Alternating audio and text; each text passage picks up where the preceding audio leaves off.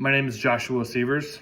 I feel like most people that have truly come to know me over the years know that I've typically stayed up to date on the political happenings in our country. What I have seen in our nation's trajectory is concerning. The nation where money has so deeply corrupted our political system, our lobbyists are politicians, and our politicians are lobbyists. The door never stops revolving. As transnational corporations become more powerful than many of the world's nation states, we are quickly and without doubt becoming a nation owned and operated by the richest corporations and billionaires. Healthcare is a human right.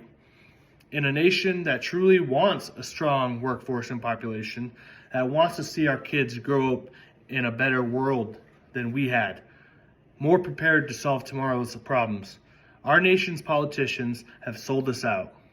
Immigrants are not the reason you don't have Medicare for all. They are not the reason and the leading cause of bankruptcy in America, which is medical debt. We have lost the plot as a nation, but we as a people have been heavily propagandized. Billionaires control our nation's politicians. For example, Washington, D.C. has 3 times more corporate lobbyists than congressional members. Our nation's richest, quite literally, are writing the laws they want to see passed, funding the propaganda that fills your timeline, use the power of the purse to screw over the working people in our country. The people's voice is rarely in consideration and is actively suppressed. Billions and billions of profits are spent and hoarded on stock buybacks. Thanks, President Reagan. While our nation's companies, many of which at this point are monopolies of their industry or of multiple industries, fight tooth and nail to deny people a voice. They want you hungry. They want you forced to sell every hour of your life to make them money while they actively try to replace you with AI at the first opportunity they can. Because slavery at this point is illegal besides the private prison industry. And no matter how little those monopolies pay you, labor is a very expensive line item. In a financialized worldview, you are a line item. Labor is viewed as an impediment to more profit. I don't know where I'm going to go with and end up with this. I have for many years thought at some point in my life I would run for political office.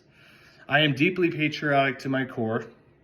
And as a kid, seeing 9/11 and the absolute tragedy of that event really shaped me.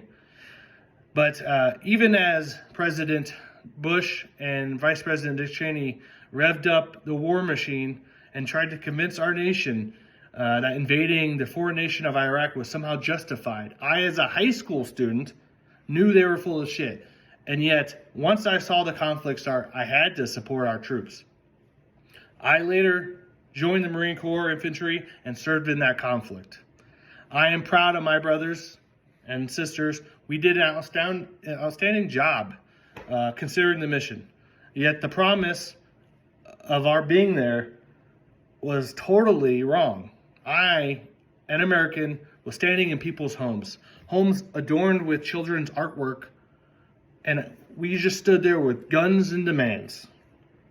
I'm not sure how, as a working class member of society, how I'm supposed to afford to run for office. I work full time, and like many Americans, I more or less live paycheck to paycheck. Politics is a sleazy game filled with smoke-filled back rooms, money exchanging hands, where deals are made and your opinion doesn't matter. I figured since I can't sit back and let another day pass where I don't at least try to serve my nation again, I will start by being mentally invested. I will start by deep diving on topics and trying to give as many facts as I can while I refine my platform. Our nation is my nation.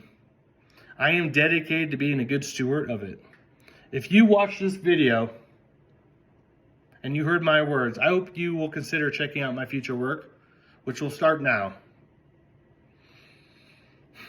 I am not the biggest social media junkie.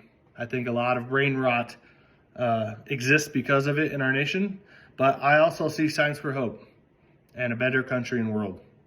I will start by posting here, but no doubt I will have to grow my skills in content creation, video and shooting and editing, a place that invites people to learn. I don't think I have all the answers, but I will promise to seek them. Thank you.